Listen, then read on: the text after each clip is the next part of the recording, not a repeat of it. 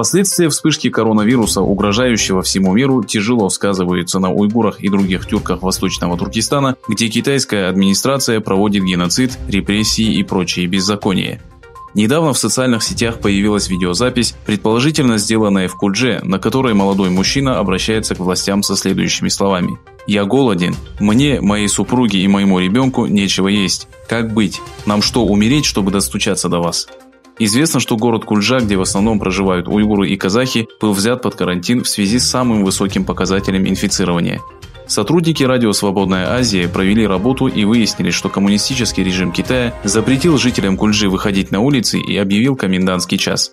Специалисты подчеркнули, что в результате запрета на передвижение жителям Кульджи грозит голодная смерть.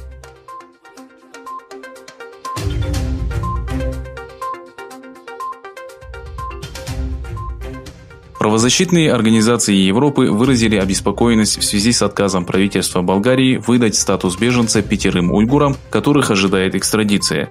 Европейский суд по правам человека предупредил Болгарию, что возврат беженцев властям Китая является нарушением Европейской конвенции. После недолгого пребывания в Турции уйгуры перебрались в Болгарию и обратились к властям за политическим убежищем. Однако их просьба была отклонена из-за отсутствия доказательств того, что они подвергались этническому и религиозному давлению со стороны китайских властей. Наряду с уйгурскими неправительственными организациями против экстрадиции уйгуров выступили депутаты Европейского парламента и представители Международной организации амнистии. Было отмечено, что в случае репатриации в Китай беженцы будут подвергнуты пыткам и даже приговорены к смертной казни.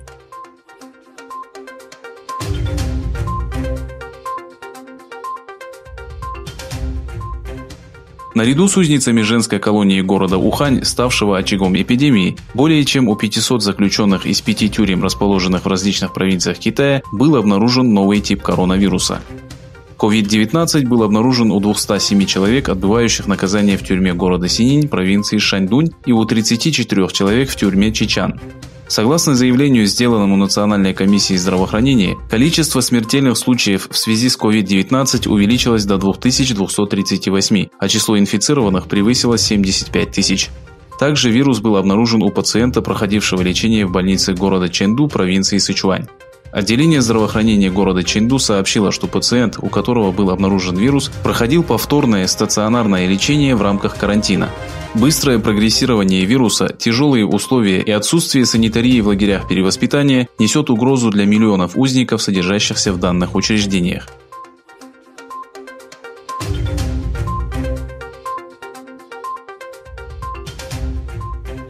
На фоне роста количества инфицированных в результате эпидемии в Китае, коронавирус был включен в повестку дня саммита G20. Президент Центрального банка Японии сообщил, что эпидемия коронавируса станет основной темой саммита, который пройдет в Саудовской Аравии.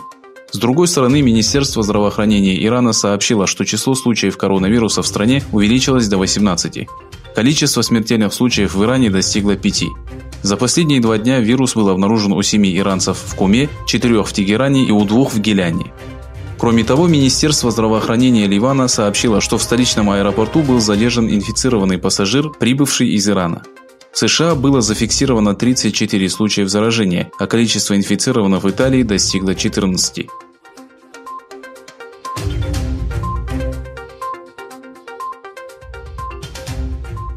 Во время саммита, проведенного лидерами 27 стран Европейского Союза в Брюсселе, не удалось достигнуть согласия относительно бюджета и предстоящих расходов.